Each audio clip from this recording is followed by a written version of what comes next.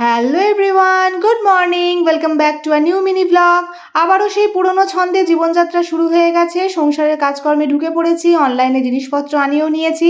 পুজোর কটা দিন বেশ অন্যরকমভাবেই কেটেছিল। সকালে তাড়াতাড়ি ঘুম থেকে ওঠার টেনশন ছিল না, ব্রেকফাস্ট কোনতেওর অফিসের টিফিন রেডি করা, টাইমের মধ্যে সংসারের কাজকর্ম সারা, এই সমস্ত হেডেক টেনশন কিছুই ছিল না। কিন্তু আবারও পুরনো ছন্দে ফিরে গেছি। আর মাছগুলো অনলাইনেই কিনেছিলাম, আর এখন ব্রেকফাস্টটা রেডি করছি। বানাচ্ছি সাবু মাখা, খেজুর, কাজু, কিশমিশ, কলা, দুধ দিয়ে আর ওপরে একটু সন্দেশ ছড়িয়ে দিয়ে জমিয়ে সাবুটা মেখেছি। তো চলো এখন ব্রেকফাস্টটা করে নিই। আর এই মুহূর্তে রেডি হয়ে বেরোচ্ছি। সংসারে টুকটাক কিছু কাজকর্ম, সাথে নিজস্ব কিছু প্রয়োজনীয় জিনিসপত্র কেনাকাটি করার আছে। তো সেই মতো চলে এসেছি আমার সেই চিরপরিচিত স্টেশনারি শপে।